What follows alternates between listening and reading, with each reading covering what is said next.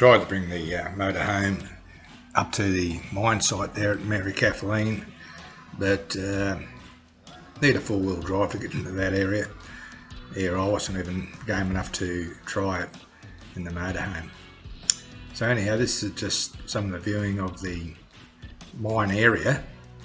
There was another 6 kilometres up the road to through mud and slush, so we gave it a miss.